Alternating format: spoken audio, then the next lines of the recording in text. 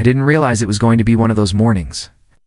I was leaning over the milking trough before dawn, when I heard tires crunch the gravel.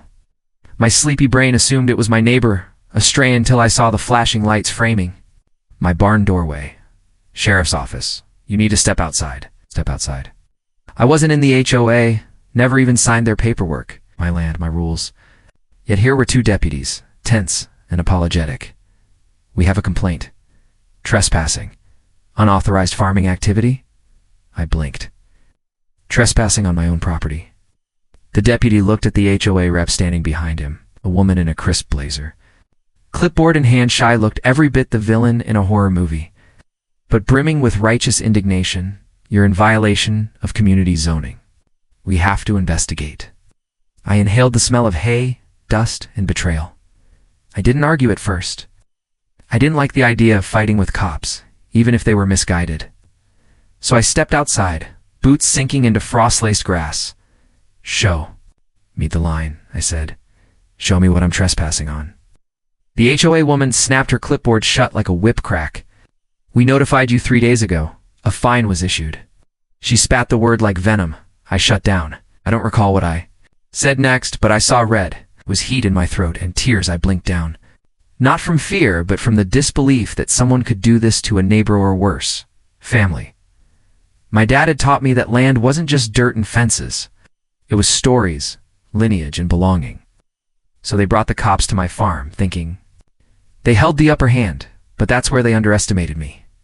7 hours later, I'm leaning against the barn with a first cup of coffee, black and bitter, when my neighbor, old Betsy, rides up on her ATV. You look like you've been riled, she laughs. I've been riled, I snap. She shakes her head slowly. I knew something smelled fishy when they sent that woman down without even a rooting about criminal activity. You ain't in that HO and ever were, I nodded, looking out at fields pregnant with promise. Maybe sending cops was their mistake. But mine was letting my temper simmer. 3 days ago, I was up at dawn, building that livestock enclosure with my son, teaching him work, grit, hours. I was leaving the barn when that letter came.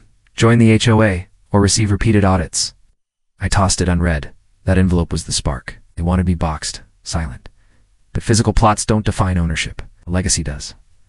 The emotional shock from seeing the cops didn't just hurt pride. It cracked open something unbreakable, smoldering defiance. Next morning, I wake to a video notification. My own dash cam caught the incident. I hadn't even remembered hooking it up, but grateful I did. The HOA rep's voice came across thin, panicked, demanding compliance. The deputies gave me apologetic glances. I deleted the file publicly, dropped it into the HOA Facebook group. Like a grenade. Within minutes, comments blew up. This is my neighbor. He's not required to join your HOA. Even people not in my community were screen capping it. Ignorant, powerful institutions don't hold weight when public ignites in solidarity. I didn't think of it as revenge. I thought of it as writing. The scale flashed back to last summer. I was tending that very field. My wife and I laughed, our hands layered in hay, planning Christmas breakfast. That field held memories of her childhood, mine, our son, the smell of corn, clover, HOA. Encroachment wasn't just a violation of private land, it was an assault on memory. Later that day, I got an email from the HOA board. Cease and desist.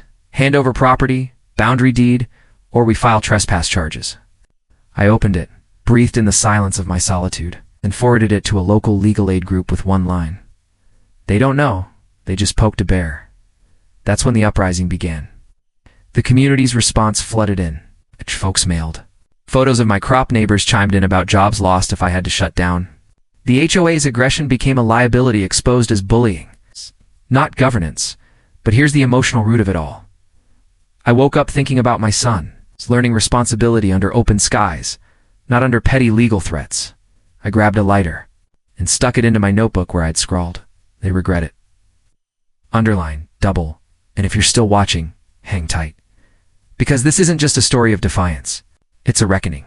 Because what happened next flipped everything. You think you know about authority and property upside down? And once you see what I did while everyone was distracted by the cops, you'll never look at HOAs or voting or community quite the same way again. The deputy's boots crunched across the gravel as he approached my barn like it was some cartel compound. His tone wasn't aggressive, but it wasn't friendly either. It was rehearsed. He'd been told who I was, or worse, who I wasn't. "Mr. Gaines," he began, glancing at the overgrown vines crawling up the side of my shed. "We've had some complaints about this structure. It's unpermitted development, noise complaints, and an unregistered event held here last Saturday." I blinked slowly. "Unregistered event? You mean the veterans' lunch we hosted under the oak trees? We had 10 guys here. We grilled hot dogs, and half of them left before dessert." He shrugged, as if that didn't matter. "We were told." It was a large gathering with amplified music, possibly ticketed. The knot in my stomach twisted. Amplified. Ticketed. What were they even talking about? "You know this farm isn't part of Willow Creek Estates," I said slowly, watching. His eyes for recognition. "We're not in your HOA. Never were." "Under review," he replied carefully. "Under review." That's when I knew something deeper was going on. 2 nights earlier, I'd received a letter slipped under my barn door. No envelope, no stamp, just one printed sheet. "Notice of violation," it said in bold, with the Willow Creek Estates HOA logo at the top. Fines totaling over $11,000 listed below for building without approval. Maintaining an unauthorized agricultural structure, and this one made me laugh. Unaesthetic livestock. My goats. They were complaining. About my goats now? I didn't tell my wife Amy about the letter, not at first. She was already stretched thin, caring for her mom, who'd just been discharged from the hospital. I didn't want to add more stress, but I should have told her. Because when the police showed up that morning, and she saw them from the kitchen window, she came outside shaking. "What's going on?" She asked the deputy. "Why are you here? This is our land." The deputy looked at her, then at me. "Ma'am, I'm just following up on the report. Do you have any documents proving this parcel is exempt from HOA oversight?" I didn't just have documents. I had the original survey from 1963, a notarized exemption from 1998, and a federal preservation grant awarded just 5 years ago. But he didn't seem interested in any of that. "Maybe you should talk to the HOA board," said, my voice flat. "They seem to think they can expand their reach like we're in some kind of territory war." He gave a nod as if he'd heard this before. Then, without apology, he left. That night I sat on the porch with Amy. We didn't say much. Just stared out at the fireflies blinking across the field like they were trying to spell something in Morse code. "They won't stop," she said eventually. "No," I agreed. "They won't."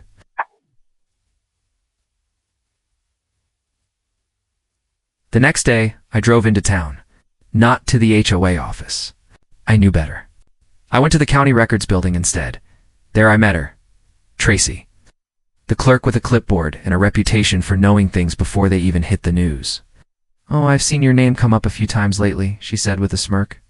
As she pulled my property file, it's like the board is trying to redraw jurisdiction boundaries. They're submitting a petition to classify adjacent parcels under a new extension clause. "Adjacent?" I raised an eyebrow. She leaned closer. "They want your land? Or at least the ability to control it. Your solar panels, your events, your livestock, everything." I stared at her. "Can they do that?" "Not without consent, which you haven't given. But they're hoping no one notices until it's too late." That evening, I sat down and wrote a Facebook post, not a rant. Not some viral bait. Just the truth. Today, a cop showed up to my farm over HOA complaints. I'm not in their HOA, never signed anything. But apparently they want to change that. If you've had trouble with them too, let's talk. Within hours, the comments exploded. People from inside Willow Creek started chiming in. They fined me for hanging wind chimes. They banned my wheelchair ramp because it wasn't HOA approved, asked for permission to repaint my fence, and they denied it twice. Somebody tagged a local journalist. Somebody else dropped an audio clip, a recording from the last HOA meeting, that clip. That's when everything changed. The audio was grainy but clear enough to hear Karen, self-appointed queen of the HOA, say, "If we can get the farm under the new map, we'll have leverage. That man throws events like it's a fairground. It's disrupting the aesthetic. We need to bring him in line." Bring me in line? Amy played that clip on repeat until the kids begged her to stop. I don't cry easily. But when I realized they were trying to rewrite boundaries just to control a piece of land that had been in my family for 4 generations, my chest tightened. That's when I knew it wasn't just about goats or parties. It was about power. And I wasn't going to give them mine, if you're still watching. Do me a favor, drop a comment below if you've ever dealt with an HOA that pushed beyond its limits. Your stories matter more than you think. Hey, hit that like button if you believe land ownership still means something. Back to the storm. 3 days later, I was served. Not by the police, but by a man in a button-down shirt and loafers. Petition to annex adjacent lot, Willow Creek expansion proposal. It read, "Annex." They were officially trying to absorb my property. And here's the kicker. The person behind. The push was Karen's brother-in-law, newly elected to the zoning board thanks to a community vote no one saw coming. Suddenly, everything made sense. The surprise visits, the complaints, the lies about my events. It wasn't just HOA muscle. It was personal. I hired a lawyer. Not just any lawyer. Benji Cardenas, a guy who'd spent 10 years suing HOAs for overreach and wrongful enforcement. He wore cowboy boots to court and had a photo of his bulldog framed on his desk. After reviewing the documents, he chuckled. "They're bluffing," he said. "They want you to panic, to back down before you realize they don't have a legal leg to stand on. But they're trying. To change the zoning? Then we challenged the zoning." The next month was hell HOA. Karen sent more complaints. Someone vandalized my mailbox, and one of my goats disappeared for 2 whole days before a neighbor found it tied to a tree down the road. Amy stopped smiling. The kids stayed in their rooms. It's in me. I barely slept, but we didn't stop. Benji filed an injunction. We filed a counterclaim. We contacted the Preservation Trust that granted our land protections years ago, and they responded. They were shocked to hear about the annex attempt. They scheduled a visit. When the preservation rep arrived, an older woman with silver hair and a cane, she took one look at the place and shook her head. "This is exactly what we protect. This land is grandfathered out of suburban control. Any annexation attempt is invalid." She promised to issue a formal statement the next morning. That's when Karen showed up again. No clipboard this time, just anger. She marched up the driveway, face red, eyes wild. "You're going to ruin everything." I held up the letter from the Preservation Trust. "No, I'm saving it." And that was it. That was the last time I saw her on my property. The annexation attempt was shut down. The HOA board was investigated. Karen's brother-in-law quietly resigned from the zoning board. We kept our farm, and we kept our freedom. If you made it this far, thank you. This isn't just a story about me. This is about anyone who's had their peace threatened by people. Too much power and not enough heart. Comment below if you've dealt with something like this, like if you believe in standing your ground, and subscribe. Because these stories, they're real. They're not going away. Even the animals had started sensing something was off. A dog barked at shadows, not like he used to when coyotes were near, but like he was feeling something unnatural in the air. The horses in the stable had grown restless, pacing more than usual. Something was brewing. When I confronted the HOA president with my findings proof, they had no jurisdiction over my property. She didn't even blink, lips curled into a smug little smile, the kind that tells you someone believes. They're untouchable. But I saw the tremor in her fingers as she gripped her phone tighter. She was pretending. She was bluffing. And I was done playing along. That night, sleep was a stranger. I sat at my desk with a pot of black coffee and went through every document. Every letter, every certified notice I had received over the past 4 months.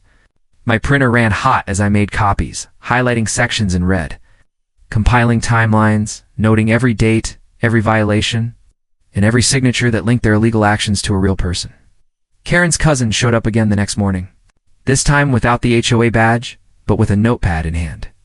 "Just observing," he said, standing on the edge of my property, recording property line issues. I didn't bother responding. Instead, I turned on the sprinkler system and aimed. One head directly at him. He left drenched and furious, kicking up gravel on my private road as he peeled out. I reached out to a few neighbors whose land bordered mine. 2 answered, both warily.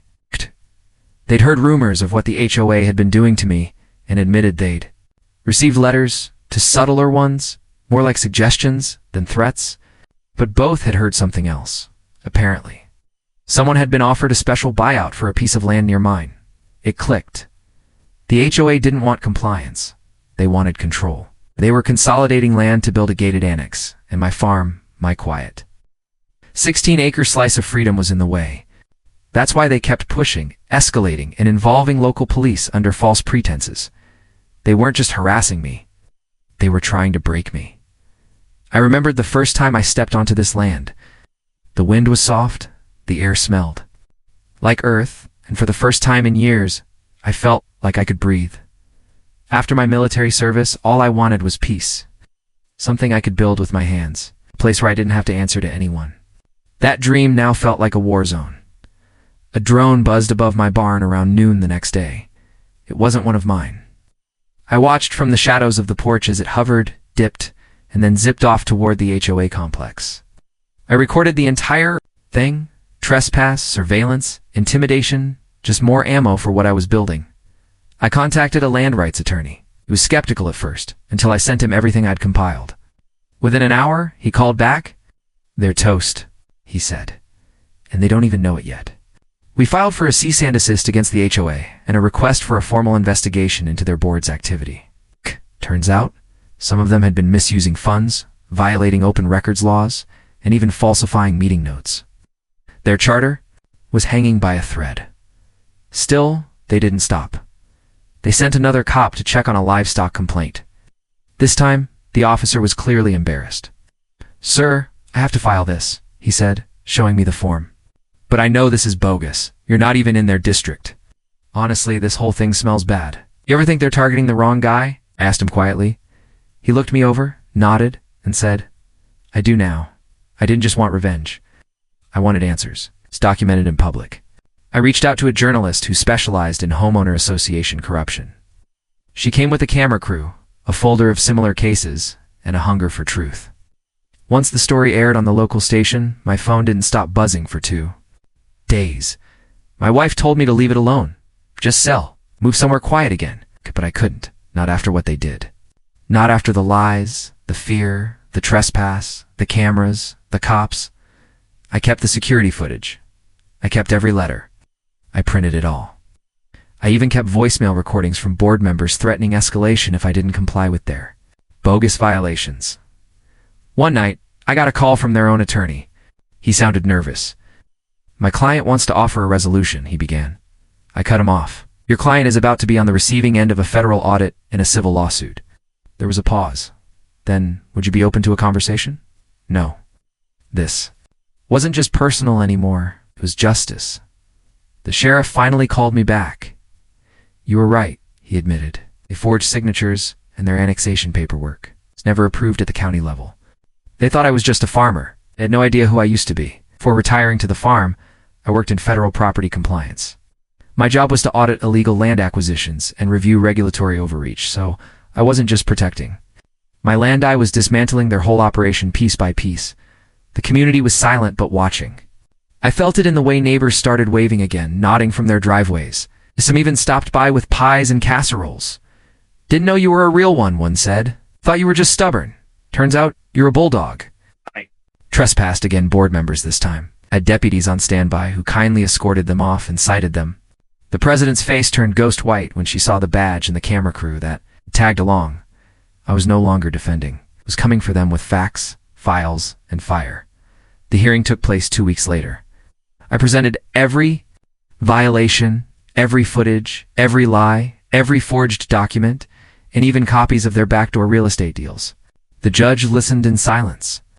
When I was done, she looked directly at the HOA president and asked, "Do you understand how much trouble you're in?" She nodded, eyes brimming. "Good. I didn't just save my farm. I exposed them." And it spread. Like wildfire, their reputation collapsed. Members resigned. Fines were issued. Lawsuits multiplied. And me. I kept my land. I got peace. But most of all, I made sure they never tried this with anyone else again. The sun had barely risen when I found fresh tire marks in the dirt leading up to the barn. Not from my truck. Not from any of my workers either. These tracks were deliberate, almost like someone had driven up to the far end of the field just to peer into the workshop windows, and left. I crouched by the trail, running my hand through the cold dirt. The soil was disturbed. The crushed weeds hadn't yet lifted. This had happened early this morning, or late last night, and for the first time in years. So I locked the barn doors from the inside. You don't grow up in a small, rural town like Sandgrove without learning to listen to what silence is telling you. Something was coming. Asterisk, asterisk, just 3 days ago, the cop had stood in the middle of my field, one hand on his belt, the other shading his eyes from the sun. We got an anonymous report. Said you were stockpiling unauthorized equipment. I didn't even laugh. Unauthorized by who? He didn't answer. Just motioned behind him were the HOA board president Karen. Marshall stood smugly at the edge of the road with a clipboard and sunglasses like she was overseeing a military operation. Her cousin Brent shuffled beside her nervously, holding a manila envelope he hadn't opened. Thing is, my property isn't in their HOA. It never has been. It never could be because this land has been in my family for 4 generations. It's protected by zoning laws older than the neighborhood itself. But that didn't stop Karen from trying to annex half the hill last year, claiming aesthetic continuity. And pushing the county for rural regulation reform, she'd failed then. But she hadn't stopped trying. Asterisk, asterisk, back at the farmhouse. I found the power box panel slightly ajar. Again, not from my crew. Nobody messes with that except me and my electrician, and he hadn't been out in weeks. Inside, 2 of the breaker switches had been flipped off. That wasn't a mistake. Someone wanted to send a message. Or start a fire. I turned everything back on and stood still for a moment, letting the refrigerator hum and the lights buzz back to life around me. My grandfather's portrait watched silently from above the fireplace. This farm had withstood drought, debt, and development. But it had never dealt with people like her. Asterisk, asterisk, a month ago. It was the surveyors out of nowhere. 2 men in reflective vests walked along my east fence line, pretending not to notice me as they took measurements. When I confronted them, one stammered something about revised property boundaries and tried to retreat. But not before. I got a look at their paperwork bearing the HOA letterhead. They weren't even subtle. I had taken a photo of the documents with my phone, and that had been the start of my quiet preparation. I didn't retaliate publicly. I didn't send lawyers. Did something Karen didn't expect. I waited. And I listened. Asterisk, asterisk, Brent had worked for my uncle years ago. I remembered him as a teenager. Awkward, polite, always trying too hard. We hadn't spoken in years. But when I saw his name listed as the HOAS liaison on one of the board's newsletters, I knew where to start. So I called him. Not to accuse, just to ask. He sounded surprised. A little nervous even. Look, he said. I didn't realize they were going this far. I thought it was just like neighborhood stuff. Citing colors and mailbox sizes. Not this. I said nothing. Just let the silence grow. After a pause, he said, I'll check something, but I can't promise anything. I hadn't expected him to be the crack. But he was. Asterisk, asterisk, that night. He showed up at my gate alone, pale eyes darting like he was afraid someone had followed him. He handed me a folder. Inside, blueprints. Internal emails, strategy drafts, an entire annexation proposal disguised as emergency. Land use planning. My land. My family's land. They'd tried to get it redrawn under HOA jurisdiction by citing historic neglect and abandoned infrastructure. They were trying to make it look like I wasn't using the land for anything but my orchards, my workshop, my stables. They were all active. It just didn't match Karen's vision of perfection. That folder burned like fire in my hands. I didn't tell Brent, thank you. I just nodded. It looked like he didn't expect to be thanked anyway. Asterisk, asterisk this morning. It escalated. 2 squad cars. No sirens. Just the crunch of tires on gravel. I met them at the gate.com. Collected Garen stood behind them, arms crossed. Time, she was wearing a blazer. Power dressing. She meant business. One officer stepped forward. We have a warrant to inspect the property. Safety concerns. I didn't move. I said quietly, I've had the county assessor, the zoning board, until lawyers confirm this land isn't under any HOA regulation. The officer frowned. We've got a call suggesting you're violating fire safety codes by storing flammable material in unauthorized structures. You mean my barn? He hesitated. Karen interjected. We've documented illegal extensions to that structure. Our architectural committee was never consulted. I cut her off. You have no jurisdiction here? That's when I handed the officer a file of my own. The folder Brent had given me now photocopied, indexed, and time-stamped. The cop read. His brow furrowed deeper with each page. Karen's confidence faltered. Her lips pressed tighter, the color draining from her face. He looked up. You're saying this was part of a premeditated land grab? I didn't answer.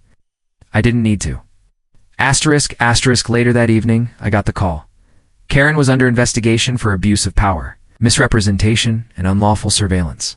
Turns out she'd used HOA funds to hire private contractors to monitor the perimeter of my land, including that camera I found hidden in the tree line weeks ago, which I'd turned over to the sheriff. Brent had already testified. He'd given everything in me. I sat on my porch, drinking coffee as the sun dipped behind the hills. No shouting, no sirens, no clipboards, just the breeze, the rustle of the orchard leaves. Asterisk, asterisk, 3 weeks passed. I could finally breathe again. No more strange cars parked by the gate. No more phone calls pretending to be surveyors or contractors. Just quiet work. Harvest. Season was coming, and with it, the community cider festival, the same one my grandfather helped start in the 1950s. I was hauling crates when Brent showed up again. No clipboard this time, just a nervous smile. He brought me a pie from his wife, and a handwritten note from the sheriff's office confirming the charges against Karen had gone through. She'd been removed from the board permanently. Looks like she's moving out, Brent added quietly. Heard she's selling the house. Says this neighborhood is going downhill. I snorted. Brent looked at me. Sorry I didn't see it sooner. I should have stopped her. You did, I said. Eventually that matters. We shook hands. Slow, firm handshake that meant something. Asterisk, asterisk. Later that night, I walked the perimeter of the farm. Just me and the dogs. No flashlights. Just moonlight and muscle memory. At the far fence line, I found something unexpected. A bouquet of sunflowers. No note. Just resting gently against the wood post. I knew it wasn't from Karen. Maybe Brent. Maybe someone else who had seen it all unfold. Or maybe it was just the land itself. It's giving back a little peace after all the noise. Whatever it was, I smiled, then walked back toward the house, where the porch light glowed warmly like it had for generations before Meondwood 4. Generations after.